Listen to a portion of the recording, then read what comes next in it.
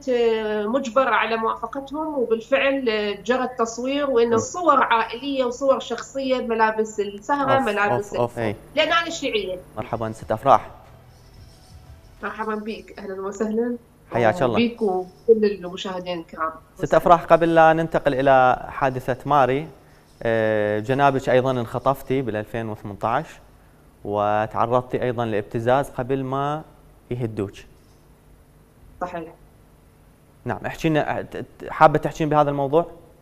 أكيد، أي أنا حكيت أكثر من مرة وراح أحكي، وخلص بعد الخوف راح من عندنا. كل اللي تعرضت إليه ماري من أساليب ابتزاز أنا شفته بالاحتجاز تقريبا نفسه. أيضا مارسوا وياي أسلوب الاعترافات تحت التعذيب والضرب. كتبوا لي ورقة كتبوا لي كذا وقولي كذا. أول اتهام إلي بأنه أنا عميلة لوطني وأستلم أموال من أمريكا والسعودية.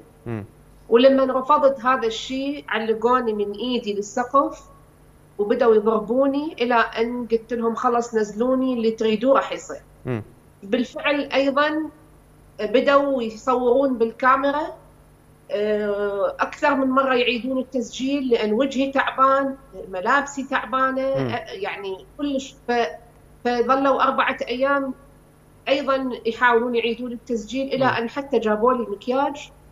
يعني القصة اللي ذكرتها ماري تكررت وأعرفها وحافظتها، يعني الظاهر هم جهة واحدة.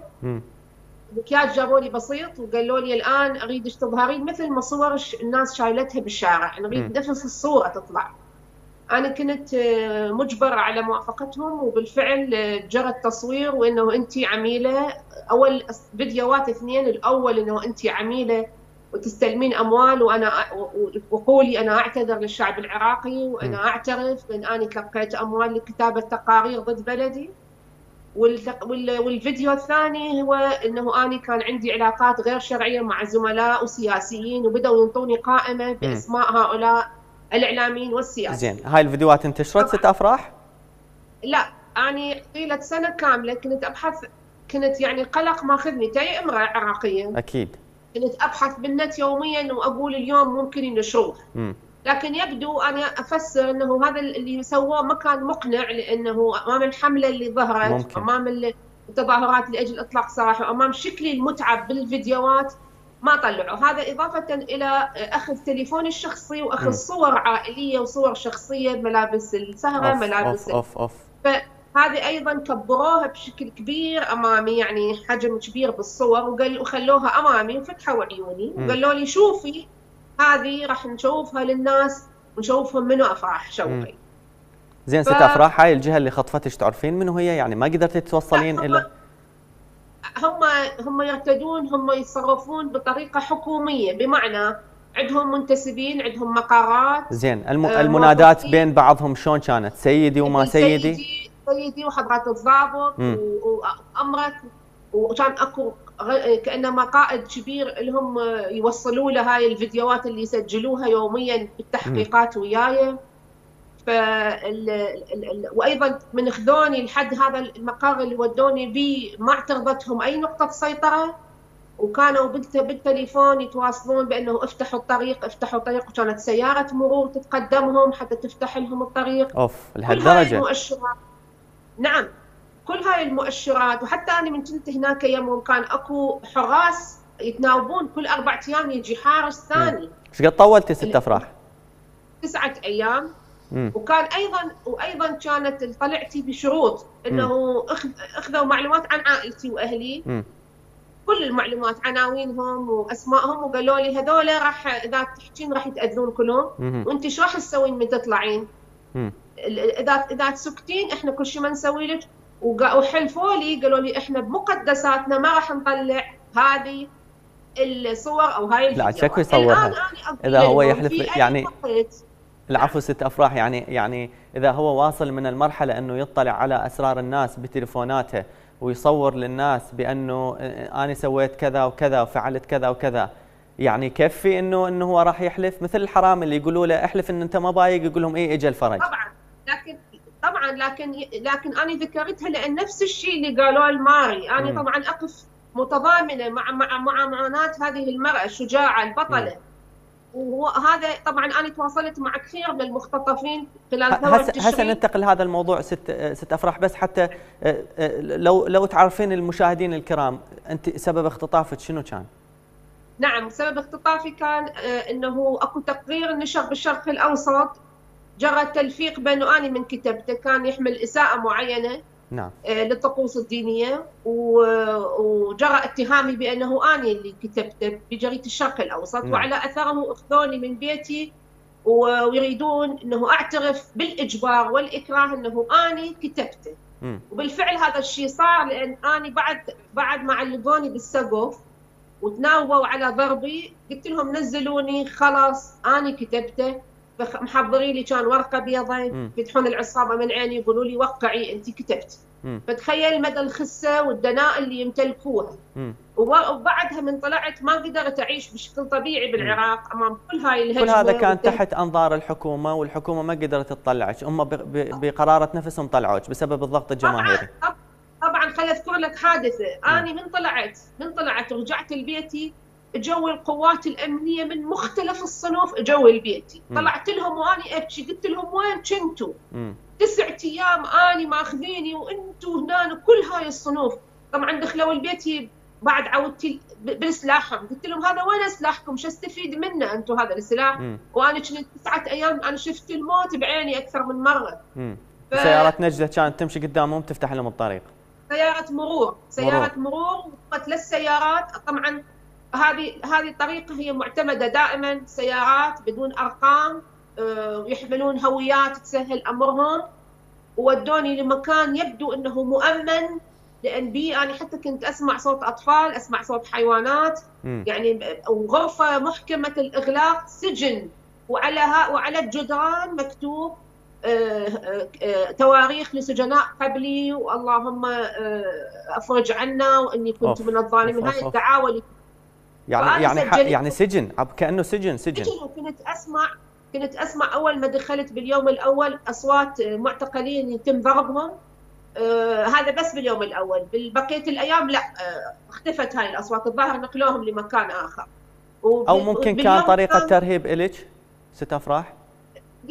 يمكن. وباليوم الثاني بدأوا صبغوا بالبويه بشكل سريع كل الجدران حتى لا يبين، حتى لا اخزن. كنت اسمعهم يقولون ديروا بالكم هاي صحفيه. فكانوا يعني حريصين انه ما يبين شيء يدل على اثرها. نعم. وقالوا لي كلمه اريد اقولها. اي والله العظيم، قالوا لي اول ما دخلت بعد اليوم الاول بعد الضرب اللي شفته، قالوا لي انت لو كنتي، انت حمدي ربك انت هسه يمنا، انت لو كنت يم القاعده او يم السنه كان ذبحوك خلاص. اذا من هم؟ وهم طبعا يعني زله لسان هاي. الشيعه منهم براء.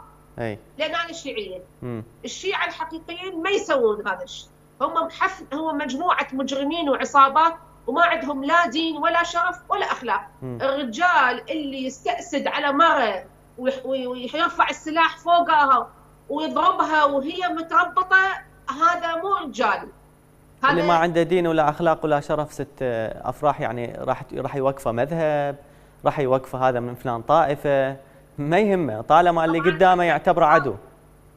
طبعا حتى خلال نقلي من بيتي لهذا المقر هم كان الفاظ السب والشتم بشكل يعني يصعب على الاسماع انه تتحمله. يعني معناته كل ناشط الان دا يعتقل دا يمارس عليه نفس ما مورس عليك وعلى ماري وغير ماري. طبعا انا تواصلت مع كثير بحكم عملي الصحفي، بحكم الحاله اللي مريت بيها، تواصلت مع كثير من المختطفين والمختطفات، كانوا يحجوا لي نفس الاسلوب، بحيث القصه والمعاناه تنعاد، والان انعادت مع ماري. نفس الطريقه. تواصلت ويا ماري ست افراح؟ لا انا اقدر اتواصل وياها، بس انا مقدره وضعها، مقدره حجم الضغط. الان البنيه تحت يعني ضغط كبير ودائره من الخوف، لانه ماكو امان، والكل يريدون يستفيدون من قصتها بطريقه بس اتوقع ست افراح لو تواصلت وياها كرأي شخصي، يعني اتوقع يعني راح يكون عندها نوع من الطمأنينة، بما انه شخص مثلها يعني مورس عليه نفس الاساليب. نعم انا كتبت عنها وقلت بالمنشور اللي كتبته بالفيسبوك. 6 أفراح يبدو انه انقطع اتصال ويا ست أفراح. عفوا معك. اي تفضلي. نعم انا كتبت بصفحتي بالفيسبوك وبتويتر، قلت لها يا ماري لستي وحدك، هناك انا ايضا تعرضت مثل ما تعرضتي له. نعم. اريد منك انه تكونين قويه وشجاعه، والعراقيين كشفوا الان الوجه القبيح لهذه الجماعات اللي تدعي انها حماة اعراض العراقيين والعراقيات. الان هذا الفيديو كشف عن وجههم الحقيقي بما لا يقبل الشك. كيف ممكن رجال يمارسون مثل هاي الجريمه مع امراه صغيره يعني عزلاء من اي سلاح من اي حمايه، ويدعون بعدها انه هم مسؤولين علينا ومسؤولين على اعراضنا ومسؤولين عن المذهب. كل هذه من عندهم براء. بالعكس العراقيين اهل غيره واهل حميه وما يقبلون على الباطل ولا يقبلون امراه تهان بهاي الطريقه. نعم. والان يعني انا جدا فرحانه بالحمله التأييد الكبيره لماري، لان ماري مو وحدها، انقلبت ضدهم، يسقطون كل امرأة راحت للتحرير بمختلف الالفاظ ومختلف الصفات، يسقطون بالنساء الشجاعات اللي راحوا للتحرير. اللي شفناه ست أفراح يعني انه الحمله انقلبت ضدهم، التعاطف طبعاً الكبير من قبل الناشطين والناس. وهذا الشيء حصل معي. انقلب السحر على الساحه. نعم. لما رادوا هم في البدايه رادوا انه يبينون للناس شوفوا هاي عميله اعترفت قالت، لكن امام حمله الناس لاطلاق سراحي ما قدروا يمشون هاي السيناريو مالتي، لانه اكيد ايضا الناس راح تكشف خدعهم واساليبهم القذره لاعتقال النساء. نعم. ست أفراح شوقي الصحفيه العراقيه الشجاعه، شكرا جزيلا لانضمامك ويانا ولهذه المعلومات.